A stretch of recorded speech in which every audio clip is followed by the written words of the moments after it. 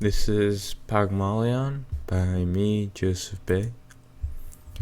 My first quote is, what he liked about his first wife was her gift of mimicry. After a party, theirs or another couple's, she would vivify for him what they had seen. The faces, the voices, twisting her pretty mouth into small contortions that brought back for a dazzling instant the presence of an absent acquaintance. Page 291. The narrator is telling the audience of his first wife, and it really sets the setting and the image for the main character. We assume he's divorced because there was some kind of reason with his first wife, and maybe his first wife was problematic.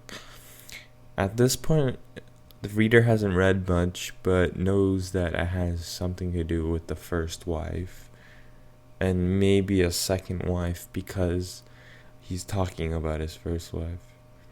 And it obviously, the narrator wouldn't say first wife unless there wasn't a second or a third, or so on.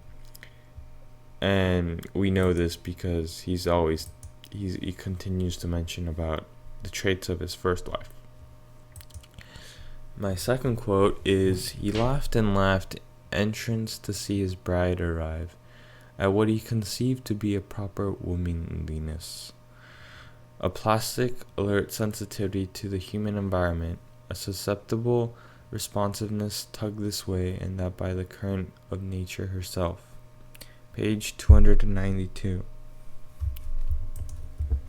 The diction in this quote is incredible, and it reminds me of The Catcher in the Rye, because in that story, Holden Caulfield, he really describes everything, so you feel like you're in the environment, and you seem like you're walking around as Holden Caulfield. And in this quote, I feel like I can actually see, the second wife, and just how the man is looking at his bride with awe. And both works bring about images which are created detailedly, and the objects in the place are really detailed. And this quote mainly is describing a person, unlike Holden Caulfield, who usually describes a place or what he's doing or where he is vividly. But in the story, they're more describing the individual. That was my presentation on Pygmalion by me, Joseph. Thank you.